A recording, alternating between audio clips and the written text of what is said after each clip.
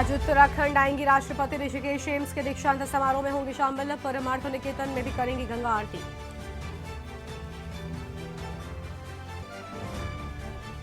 हनुमान जयंती आज। सीएम पुष्कर सिंह धामी ने प्रदेशवासियों को दी शुभकामनाएं। एक्स पर ट्वीट कर दिया संदेश। चारधाम यात्रा के लिए तैयारी तेज। चुनाव से फ्री होकर यात्रा की तैयारी में जुटे विभाग। 10 मई से होगी यात्रा की शुरुआत।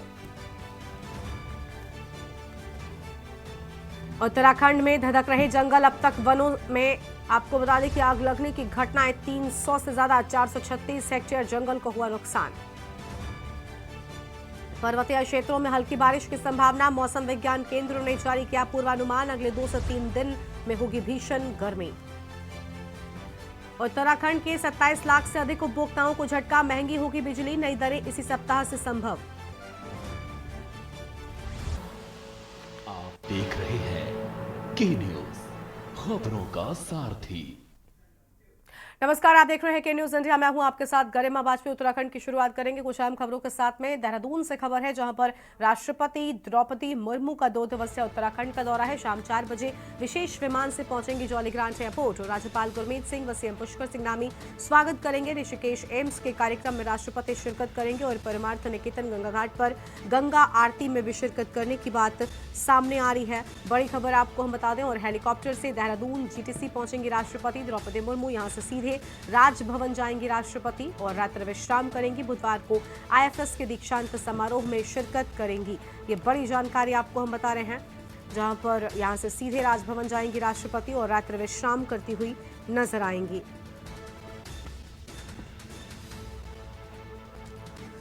फिलहाल ये बड़ी जानकारी आपको हम बता दें।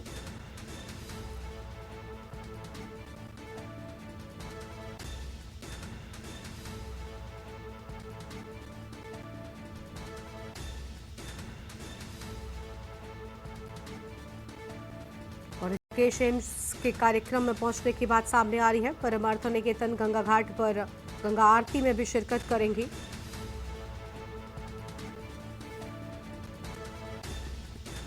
और इसी खबर पर अधिक अपडेट के लिए हमारे साथ हमारे संवाददाता अंकित काला जुड़ चुके हैं। अंकित, राष्ट्रपति का दौरा है, उनके आगमन को लेकर क्या पूरी जानकारी है और क्या उनका शेड्यूल रहने वाला है उत्तराखंड में?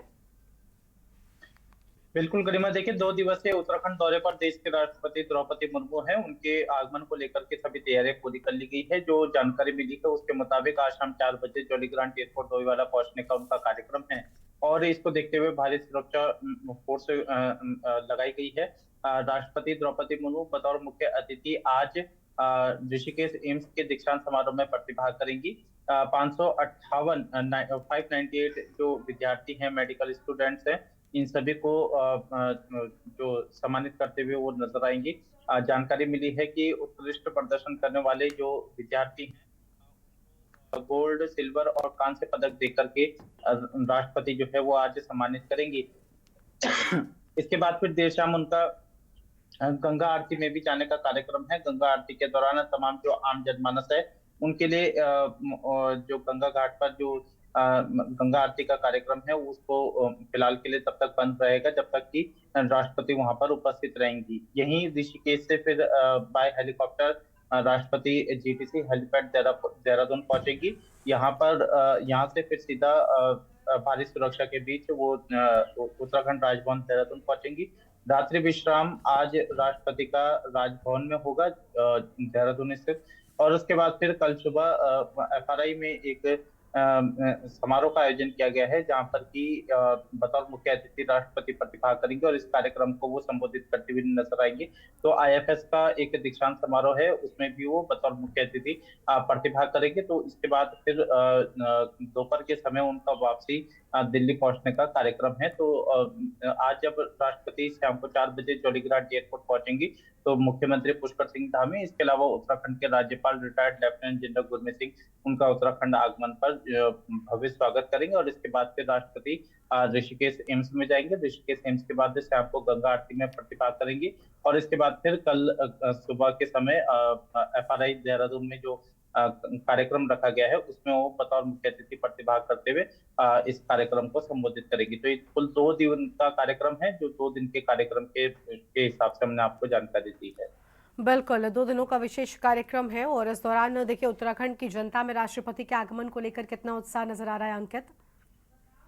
बिल्कुल काफी उत्साह है और पिछले काफी समय से जिला प्रशासन और राज्य सरकार की तरफ से उनके आगमन को लेकर के प्रतीक्षा की जा रही थी। हुँ, मुख्यमंत्री ने भी तमाम जो अधिकारी हैं उन सभी को दिशा निर्देश जारी किए थे कि सुरक्षा व्यवस्था समेत तमाम जो व्यवस्थाएं हैं वो चाक चौबंद की जाए। इसके अलावा ऋषिकेश एम्स के जो प्रशासन है उनकी ओर से भी दीक्षांत समारोह को लेकर के पूरी तैयारी की गई है और चूंकि राष्ट्रपति इस दीक्षांत समारोह में पहुंच रही है तो हुँ, मेडिकल स्टूडेंट्स में भी काफी उत्साह है। इसके अलावा उनके परिजन भी काफी उत्साहित है कि राष्ट्रपति के हाथों उनके बच्चों को सम्मानित किया जाएगा। तो निश्चित ही राज्य की जनता में भी काफी उत्साह है। इसके अलावा राज्य सरकार ने भी उनके आगमन को लेकर के सभी तैयारी पूरी कर रखी है ठीक है। और चाहे फिर वो रूट डाइवर्ट की बात हो, चाहे फिर वो अन्य सुरक्षा व्यवस्था की बात हो या भारी पुलिस फोर्स की बात हो, बिल्कुल, सभी उनके सुरक्षा आगमन के को लेकर इंतजाम सभी किए। तैयारियां स्थानीय प्रशासन की ओर से भी पूरी कर ली गई हैं। शुक्रिया अंकित आपका अधिक जानकारी के लिए। तो शाम 4 बजे विशेष विमान से पहुंचेंगे राष्ट्रपति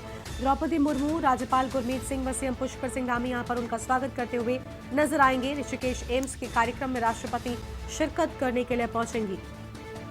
परमार्थ निकेतन गंगा घाट पर गंगा आरती में शिरकत करेंगी। बड़ी जानकारी आपको हम बता रहे हैं।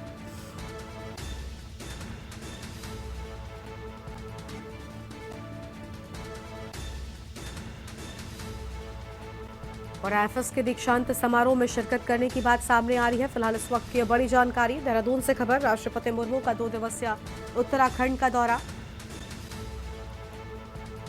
शाम 4 बजे विशेष विमान से पहुंचेंगी और राज्यपाल गुरमीत सिंह व सीएम धामी स्वागत करते हुए नजर आएंगे। ऋषिकेश एम्स के कार्यक्रम में राष्ट्रपति शिरकत करेंगी।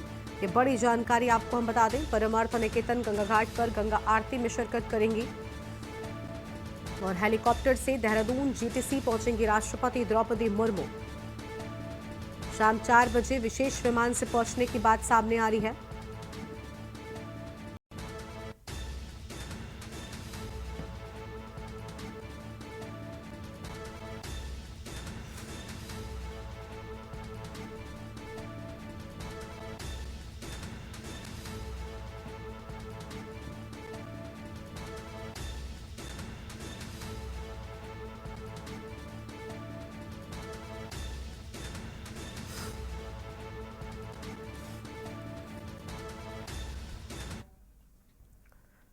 और चारधाम यात्रा के लिए तैयारियां तेज हो गई हैं। चुनाव से फ्री होकर यात्रा में पूरी तरीके से विभाग जुट गए हैं। तो चुनाव से फ्री होकर यात्रा में जुटे विभाग, 10 मई से होगी यात्रा की शुरुआत। यात्रा की व्यवस्थाओं को किया जा रहा है बेहतर।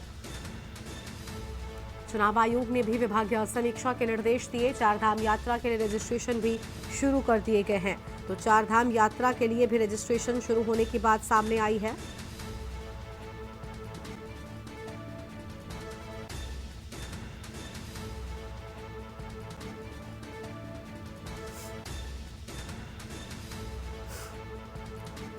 तो यह अहम खबर आपको हम बता दें, जहां पर चुनाव आयोग ने भी विभागीय समीक्षा के निर्देश दे दिए हैं।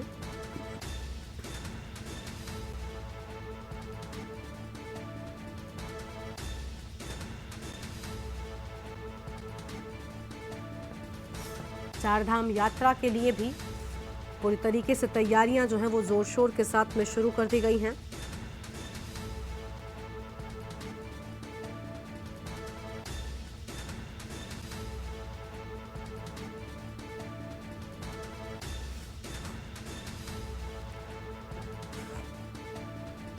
दस मई से यात्रा की शुरुआत होगी और इसी खबर पर अधिक अपडेट के लिए हमारे साथ हमारे संवाददाता अंकित काला लगातार बने हुए हैं। अंकित, 10 मई से यात्रा की शुरुआत हो रही है। चुनाव से पूरी तरीके से फ्री होकर अब सभी विभाग चारधाम यात्रा की तैयारियों में जुट गए हैं, क्योंकि कहते हैं कि ये यात्रा जब शुरू होती है तो पूरे उत्तराखंड में गजब का उत्साह और खासतौर पर व्यापारियों में भी एक अलग उमंग और उत्साह नजर आता है। निश्चित ही गरिमा, आपने सही कहा। देखिए उत्तराखंड में जो प्रथम चरण में लोकसभा के इलेक्शन संपन्न हो चुके हैं, शांतिपूर्ण तरीके से ये चुनाव संपन्न हुए हैं और अब इसके बाद शासन प्रशासन का पूरा फोकस उत्तराखंड की प्रसिद्ध चारधाम यात्रा में लग गया है और इसी के तहत कल मुख्य सचिव राधा रतूड़ी भी केदारनाथ धाम में पहुंची थी। यहाँ उन्होंने व्यवस्थाओं का जायजा लिया, साथ ही जो निर्माणाधीन जो कार्य हैं उनकी भी गुणवत्ता के बारे में, उनकी प्रगति के बारे में समीक्षा की है और साथ ही अधिकारियों को जरूरी दिशा निर्देश भी दिए हैं। इसके अलावा सरकार ने इस चारधाम यात्रा में जो तमाम चारधाम यात्रा रूट हैं, यहाँ पर स्वास्थ्य सेवाओं को और पेयजल और शौचालय समेत जो तमाम अन्य जो बुनियादी सुविधाएं हैं, इसको चाक चौबंद करने के निर्देश अधिकारियों को दिए हैं। इसके अलावा जो उत्तराखंड के स्वास्थ्य मंत्री है डॉक्टर धन सिंह रावत, उनकी ओर से भी एक बैठक ली गई है। बैठक में इस तरीके के तमाम जो दिशा निर्देश हैं, चाहे फिर वो स्वास्थ्य विभाग की बात हो, चाहे अन्य व्यवस्थाएं हों, इन सभी के लिए दिशा निर्देश अधिकारियों को जारी किए हैं। दूसरा, गरिमा, जिस तरीके से इस वर्ष भी श्रद्धालुओं में काफी उत्साह देखने को मिल रहा है। अभी तक 13 लाख से अधिक जो रजिस्ट्रेशन है वो चारों धामों के लिए हो चुके हैं और 10 मई से यात्रा का आगाज होने वाला है। तो निश्चित ही पिछले वर्ष से जो 55 लाख से अधिक श्रद्धालु आए थे, तो सरकार मान के चल रही है कि इस वर्ष भी ये जो पुराने आंकड़े हैं वो सारे ध्वस्त होते हुए नजर आएंगे। तो सरकार का मानना यह है कि 70 लाख से अधिक श्रद्धालु इस समय आ सकते हैं। तो इसको देखते हुए तमाम जो व्यवस्थाएं हैं उसको चाक चौबंद करने के लिए कहा है। और उत्तराखंड की जो चारधाम यात्रा है, जैसे कि आपने बताया कि तमाम जो व्यापारी हैं, उत्तराखंड की पूरी आर्थिकी है वो इस चारधाम यात्रा पर बेहद निर्भर करती है। तो इसको देखते हुए कहीं न कहीं जो जो चारधाम यात्रा से जुड़े हुए जो तमाम जो होटल कारोबारी हैं या अन्य जो लोग हैं, व्यवसायी हैं, वो सभी भी काफ़ी खुश हैं, उत्साहित हैं और सभी ये प्रार्थना कर रहे हैं कि उत्तराखंड की इस वर्ष की भी चारधाम यात्रा सकुशल, शांतिपूर्ण तरीके से संपन्न हो और बड़ी संख्या में श्रद्धालु उत्तराखंड आकर के चारों धामों के दर्शन कर सके। तो इसको लेकर के राज्य सरकार की ओर से पूरी तैयारी की जा रही है। जो है वो की जा रही हो और यात्रा को लेकर सभी विभाग भी अपनी पूरी कोशिश जो है वो लगातार कर रहे हैं। शुक्रिया अंकित आपका अधिक जानकारी के लिए। तो यह हम खबर आपको बता दें जहां पर चारधाम यात्रा की तैयारियों में सभी विभाग जुट चुके हैं। बेहद तेजी के साथ में चारधाम की तैयारियां की जा रही हैं।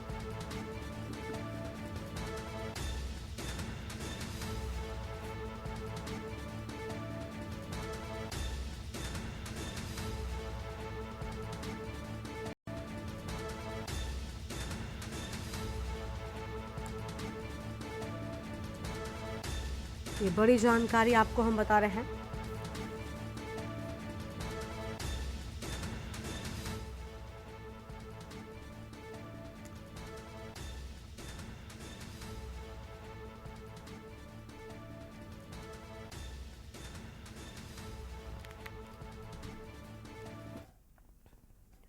और उत्तराखंड में धधक रहे हैं जंगल। अब तक वनों में 350 से ज्यादा आग लगने की घटनाएं सामने आ चुकी हैं। 436 हेक्टेयर जंगल को नुकसान होने की बात और पिछले कुछ दिनों से लगातार धधक रहे हैं जंगल। ये बड़ी जानकारी आपको हम बता रहे हैं।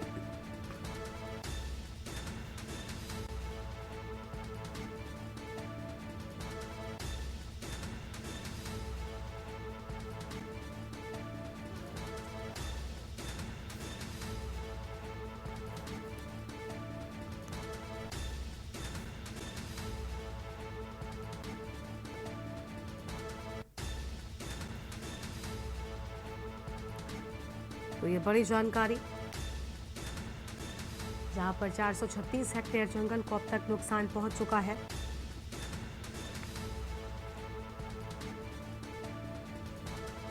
पिछले कुछ दिनों से लगातार जंगलों में आग लग रही है और उत्तराखंड के जंगल धधक रहे हैं।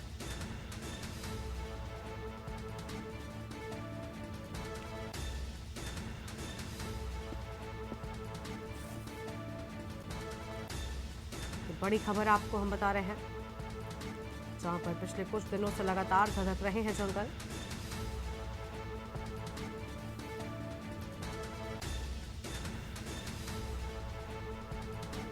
और अंकित काला इसी खबर पर अधिक अपडेट के लिए हमारे साथ में लगातार बने हुए। अंकित, लगातार वनाग्नि की घटनाएं सामने आ रही हैं, लगातार उत्तराखंड के जंगल धधक रहे हैं, लेकिन अब तक इस पर काबू नहीं पाया जा सका है। बिल्कुल गरिमा, ये अपने आप में एक चिंता की बात है कि पहाड़ प्रदेश और उत्तराखंड के जो जंगल हैं वो इस समय आग में धधक रहे हैं और अब ये आग धीरे धीरे करके जो रिहायशी इलाके हैं, जो ग्रामीण क्षेत्र हैं, वहां तक आग पहुंची है। वन विभाग के जो दावे हैं वो इस शुरुआती चरण में ही, गर्मी के शुरुआती चरण में ही देखने को मिले हैं कि जो बातें की जा रही थी वो खाली हवाई है। तस्वीरों में भी आप देख रहे हैं किस तरीके से आगजनी की घटनाएं देखने को मिली है। बीते अगर हम सोमवार की ही बात करें गरिमा, तो 55 से ज्यादा घटनाएं हो चुकी है और 77 हेक्टेयर से ज्यादा जंगल कल इस वनाग्नि की चपेट में आए हैं और अब तक 436 हेक्टेयर से ज्यादा जो उत्तराखंड के जो जंगल है उनको इस आगजनी से काफी नुकसान हुआ है। निश्चित ही जिस तरीके से तापमान में बढ़ोतरी हो रही है और उससे ये जो जंगलों में लगी आग है वो लगातार धधकती जा रही है, लेकिन इससे बचने के उपाय फिलहाल न वन विभाग के पास है, न शासन प्रशासन के पास है। और अब इंतजार सिर्फ यही हो रखा है कि इंद्रदेव जो है वो मेहरबान होंगे और कुछ वर्षा के बाद ठीक है। इस आगजनी की घटना से हमें राहत मिल सकती है। लेकिन कल हमारे मौसम विभाग के निदेशक विक्रम सिंह से भी बातचीत हुई, तो उन्होंने बताया है कि कुछ एक जो पहाड़ी क्षेत्र है वहां पर हल्की वर्षा हो सकती है, लेकिन इससे वनाग्नि रुक जाएगी ये कहना गलत होगा। लेकिन 26 या फिर 26 अप्रैल के बाद से मौसम में कुछ परिवर्तन आएगा, तो तब तक ठीक है। देखना होगा कि जो जो वर्षा होती है उससे कितना राहत मिलती है। लेकिन फिलहाल उत्तराखंड के जंगल लगातार धधक रहे हैं और इसकी वजह से जो वन संपदा है उसको काफी नुकसान हो रहा है। ठीक है, बहुत शुक्रिया अंकित आपका अधिक जानकारी के लिए। तो उत्तराखंड में धधक रहे हैं जंगल, बड़ी जानकारी आपको हम बता रहे हैं और लगातार वनाग्नि की घटनाएं बढ़ती जा रही हैं, इन पर लगाम लगने की बात सामने नहीं आ रही है। बड़ी जानकारी आपको हम बता रहे हैं जहां पर 436 हेक्टेयर जंगल को इस वनाग्नि से नुकसान होने की बात सामने आई है। उत्तराखंड कांग्रेस को एक के बाद एक बड़े झटके लगने का सिलसिला जारी है और इसी कड़ी में ईडी की जांच का सामना कर रही पूर्व कैबिनेट मंत्री हरक सिंह रावत की बहू अनुकृति गोसाई भाजपा में शामिल हो गई हैं। उनके साथ ऊधम सिंह नगर जिला पंचायत अध्यक्ष रेणु गंगवार ने अपने पति सुरेश गंगवार के साथ भाजपा की सदस्यता ग्रहण की है। बता दें कि भाजपा प्रदेश मुख्यालय में महेंद्र भट्ट ने सभी नेताओं को पार्टी की सदस्यता दिलाई और इस दौरान महेंद्र भट्ट ने कहा कि आने वाले दिनों में विपक्षी दलों के कई और नेताओं को पार्टी में शामिल कराया जाएगा। तो वहीं महेंद्र भट्ट ने भाजपा में आने वाले नेताओं पर लगे आरोपों और ईडी की जांच के सवाल पर कहा कि जब तक दोषी सिद्ध नहीं होता कोई दोषी नहीं है। एक रिपोर्ट आपको दिखाते हैं। उत्तराखंड में कांग्रेस की मुश्किलें लोकसभा चुनाव संपन्न होने के बाद भी खत्म नहीं हो रही हैं। दरअसल राज्य में जल्द ही निकाय और पंचायत चुनाव होने हैं। इससे पहले भाजपा कांग्रेस समेत तमाम विपक्षी दलों के नेताओं को पार्टी में शामिल करा रही है। इसी कड़ी में ईडी की जांच का सामना कर रही पूर्व कैबिनेट मंत्री हरक सिंह रावत की बहू अनुकृति गोसाई भाजपा में शामिल हो गई। उनके साथ ऊधम सिंह नगर जिला पंचायत अध्यक्ष रेणु गंगवार ने अपने पति सुरेश गंगवार के साथ भाजपा की सदस्यता ग्रहण की है। आपको बता दें कि भाजपा प्रदेश मुख्यालय में महेंद्र भट्ट ने सभी नेताओं को पार्टी की सदस्यता दिलाई। इस दौरान उन्होंने कहा कि अभी कई और नेताओं की भी पार्टी में ज्वाइनिंग कराई जाएगी। जो हमारा नेतृत्व है उसने मुझे अपने परिवार का हिस्सा बनाया है। भारतीय जनता पार्टी को मैंने ज्वाइन किया है। आदरणीय नरेंद्र मोदी जी के कामों से प्रभावित होकर जिस तरीके से एक सपना उन्होंने विकसित उत्तराखंड का देखा है, वोकल फॉर लोकल को जिस तरीके से वो पूरे उत्तराखंड में पूरे देश के अंदर प्रमोट कर रहे हैं, आत्मनिर्भर उत्तराखंड आत्मनिर्भर भारत बनाने की बात करते हैं, ये सभी चीजें मुझे प्रभावित करती है। और मुझे उम्मीद है कि जिस तरीके से उन्होंने कहा है कि आने वाला दशक उत्तराखंड का दशक है, मैं उम्मीद करती हूँ कि उत्तराखंड के केंद्र बिंदुओं को वो देखते हुए समझते हुए उत्तराखंड को विकसित बनाने का काम करेंगे और हम सभी लोग उनके इस महायज्ञ में अपना योगदान देंगे। उस नारे को अभी पंचायत चुनाव और गति मिलेगी, नगर पालिका चुनाव और गति मिलेगी और सब लोग भारतीय जनता पार्टी के अपना सहयोग देंगे। अनुकृति जी का कल ही मुझे प्रस्ताव प्राप्त हुआ भारतीय जनता पार्टी ज्वाइन करने का। मैंने भी अपने संबंधित नेतृत्व से बातचीत करने के बाद और फिर मैंने अपनी सहमति दी है। हमारे गंगवार जी, आपने क्योंकि कांग्रेस पहले छोड़ दी थी, लेकिन आपने भी दो दिन पहले ही भारतीय जनता पार्टी ज्वाइन करने की इच्छा व्यक्त की है। आपको मैंने दल में आपकी एंट्री हुई है कि हमारे यहाँ ज्वाइनिंग की एक पद्धति है, टीम है। उस टीम के डिस्कशन के बाद अनुराग ठाकुर जी जो हमारे उत्तराखंड की ज्वाइनिंग की तो देखते हैं, वहाँ से अनुमति लेने के बाद ही हम ज्वाइनिंग करा रहे हैं। आज अनुकृति गोसाई ने घर वापसी कर ली। देखा जाए तो बेसिकली भाजपा ही उनका परिवार है, क्योंकि उन्होंने अपने राजनीतिक जीवन की शुरुआत वहीं से की थी। परंतु मैं यहाँ बताना चाहती हूँ कि अनुकृति गोसाई उन चुनिंदा भाग्यशाली लोगों में से एक है जिसे कार्यकर्ता के रूप में कभी काम नहीं करना पड़ा। कांग्रेस में भी जब उन्होंने सदस्यता ग्रहण करी तो ज्वाइनिंग के साथ ही उनको टिकट दे दिया गया लैंसडाउन से, और वो टिकट जिसके लिए मारामारी होती है, जिसके लिए सालों साल एक कार्यकर्ता को एड़ी चोटी घिसनी पड़ती है, जोर लगाना पड़ता है, वो टिकट उनको थाल में परोस कर दे दिया गया। और शायद यही गलती रही कांग्रेस पार्टी की, क्योंकि कुछ लोगों को सम्मान नहीं पचता। ऐसे में अब उन्होंने घर वापसी की है। ये तो देखने वाली बात होगी कि भारतीय जनता पार्टी में उनको कितना सम्मान मिलता है।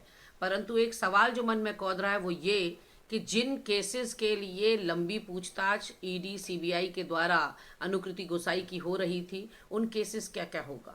वो केसेस को वो कांग्रेस को ही सौंप कर चली गई हैं या उसका बोझ लेकर भारतीय जनता पार्टी में गई हैं? आपको बता दें कि उत्तराखंड भाजपा में विपक्षी दलों के 15,000 से अधिक नेता और कार्यकर्ता भाजपा में शामिल हो चुके हैं। वहीं मुख्यमंत्री पुष्कर सिंह धामी ने कुछ दिन पहले ही भाजपा प्रदेश अध्यक्ष महेंद्र भट्ट से फिलहाल विपक्ष के नेताओं को शामिल न करने का अनुरोध करते हुए किसी को भी शामिल कराने से पहले नेताओं की स्क्रीनिंग को कहा था। हालांकि मुख्यमंत्री के इस बयान के बाद भी विपक्षी नेताओं के शामिल होने का सिलसिला जारी है। वहीं अनुकृति गोसाई के भाजपा में शामिल होने से भाजपा विधायक दिलीप रावत भी नाराज है। उन्होंने सोशल मीडिया पर एक पोस्ट करते हुए लिखा कि राम तेरी गंगा मैली हो गई, पापियों के पाप धोते धोते। इतना ही नहीं, उन्होंने आगे लिखा कि अब क्या नमामि गंगे योजना यहाँ भी शुरू की जाएगी या नहीं। विधायक दिलीप रावत ने इस पोस्ट को मुख्यमंत्री समेत पार्टी के तमाम वरिष्ठ नेताओं को भी टैग किया है। बता दें कि कुछ दिन पहले विधानसभा चुनाव में अनुकृति गोसाई ने लैंसडौन विधानसभा सीट से चुनाव लड़ा था। देखिए, कांग्रेस छोड़कर भारतीय जनता पार्टी में जो लोग जा रहे हैं उससे कांग्रेस को कोई फर्क पड़ने वाला नहीं है। जो भारतीय जनता पार्टी कांग्रेस मुक्त की भारत की बात कर रही थी, आज ये कांग्रेस युक्त भारतीय जनता पार्टी हो गई है, क्योंकि इसमें आधे से ज्यादा नेता जो हैं कांग्रेस के हैं। भारतीय जनता पार्टी ने जो नेताओं को अपने पक्ष में लाने की मुहिम जो चला रखी है, उसमें साम दाम दंड भेद किसी भी प्रकार से ये लोगों को अपनी पार्टी में लाना चाह रहे हैं। ये वो लोग जा रहे हैं जिनके अपने व्यक्तिगत हित साधने हैं जिन लोगों ने, और जो कांग्रेस का सक्रिय कार्यकर्ता है, जो हमेशा जिसने कांग्रेस के लिए संघर्ष किया है और कांग्रेसी है जो, वो कभी कांग्रेस छोड़ने वाला नहीं है। नहीं, किसी के आने जाने से इसका क्या संबंध है? सीबीआई है, ईडी है, वो अपना काम करेगी। किसी ने अपराध किया है तो उस अपराध का संज्ञान लेकर उसकी जांच चल रही है, उसका जांच होगी। अगर वो अपराधी होगा तो उसको सजा मिलेगी। अब उसके परिजन अगर बीजेपी में आते हैं तो ये तो राजनीतिक पार्टियों में आना जाना एक अलग चीज़ है। और कोई अगर अपराध हुआ है, किसी भी तरह का हुआ हो, तो उसकी छानबीन करना, उसको प्रोसिक्यूट करना, उसके बाद उसके ऊपर में जो भी कार्रवाइयाँ होना, ये कानून का काम है। कानून अपना काम कर रहा है, हम अपना काम कर रहे हैं।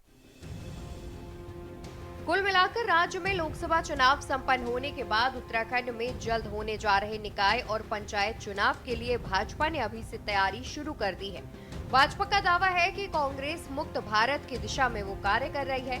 वहीं बड़ा सवाल ये है कि क्या कांग्रेस मुक्त भारत की जगह भाजपा कांग्रेस युक्त तो नहीं हो रही है? क्या विपक्षी नेताओं के भाजपा में आने से भाजपा के कार्यकर्ताओं में नाराजगी नहीं बढ़ेगी? क्या भाजपा विपक्षी नेताओं को शामिल कर अपने ही कार्यकर्ताओं में असंतोष नहीं बढ़ा रही है?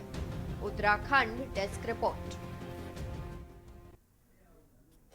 उत्तराखंड की खबरों में फिलहाल इतना ही। तमाम खबरों के लिए आप देखते रहिए न्यूज़ इंडिया। नमस्कार। आप देख रहे हैं के न्यूज़, खबरों का सारथी।